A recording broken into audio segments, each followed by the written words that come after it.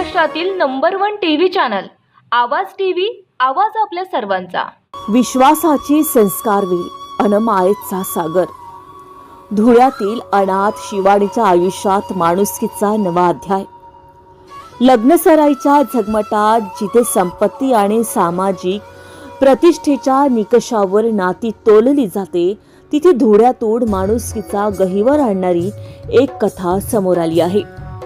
एकेकाळी बिन्नी नावाने ओळखले जाणारी आणि सौम्य बौद्धिक अक्षमतेने ग्रासलेली एक अनाथ मुलगी आज शिवानी म्हणून नव्या आयुष्याला सामोरी जात आहे।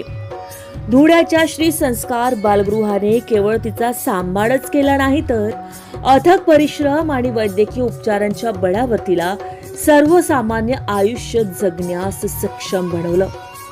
तिच्या याच प्रवासाला साथ मिळाली ती जोशीवाडा परिसरातील भाजीपाला विक्रेता सागर वाघ याच्या मायेच्या सागरची। सागर आणि त्याच्या कुटुंबाने तिचा भूतकाळ नाकारून तिला दिलदारपणे स्वीकारलं, पण त्यापूर्वी संस्कार संस्थेने एका जागरूक पालकाची भूमिका बजावत सागरच्या कुटुंबाची सखोल चौकशी करून आणि सर्व कायदेशीर प्रक्रिया पार पाडूनच या विवाहाला परवानगी दिली।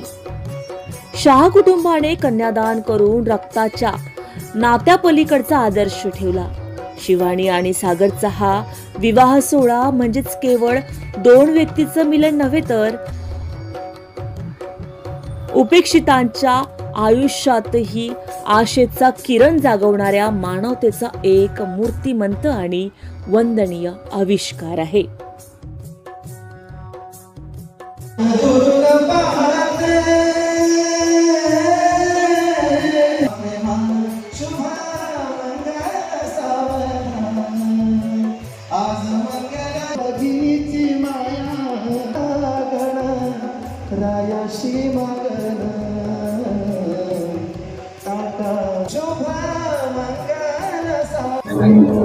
मी सुनील वाघ, श्री संस्कार मतिमंद मुलींचे बालगृह व कार्यशाळेचा संस्थापक। या संस्थेमध्ये समाजातील अनाथ मतिमंद मुलींना काळजी व संरक्षणाच्या दृष्टिकोनातून या ठिकाणी सांभाळ केला जातो, त्यांचं पुनर्वसन केलं जातं।